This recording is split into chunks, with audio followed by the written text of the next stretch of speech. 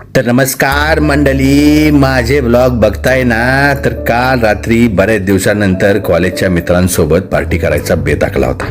मग काय पार्टी करायची म्हणल्यावर सोबत चणे फुटाणे आलेच ना. ते खात खात मटणाची वाट बघत बसलो होतो. रात्री पार्टी करून उशीर झाल्यामुळं आईसाहेबांच्या दिलेल्या आदेशानुसार झाडांना पाणी घालायचा बेत आखला होता.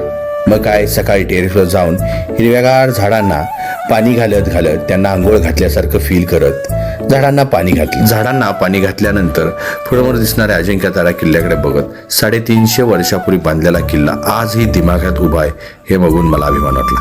मावरून निघालो थेट हनुमंतरायाच्या दर्शनाला.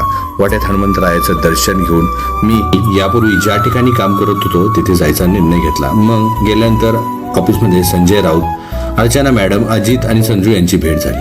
अर्चना मॅडम मला ब्लॉगमध्ये घेऊ नका अशा विनंत्या करत होत्या.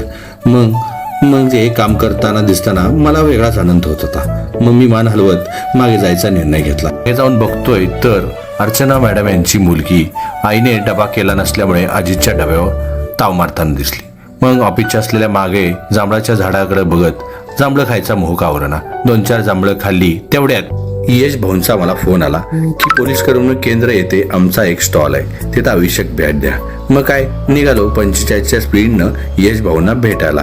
पोलीस करमणूक केंद्र येथे पोहोचताच यश भाऊ माझी वाट बघत बसले होते. मग काय यश भाऊनी मला चहा पिण्याचा आग्रह केला. चहा नको पण एक झाड द्या अशा आशेनं मी तिथून निघालो सुपनेकर वडा खायला.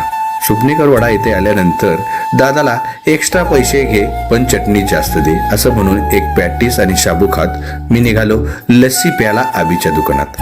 आबी दादाच्या दुकानात पोहोचल्यानंतर एक लस्सी पिऊन मी निघालो डुमडुम टॅळँग करत माझ्या घरी. आजचा ब्लॉग तुम्हाला कसा वाटला लाईक करा, शेअर करा आणि कमेंट करा. थँक्यू.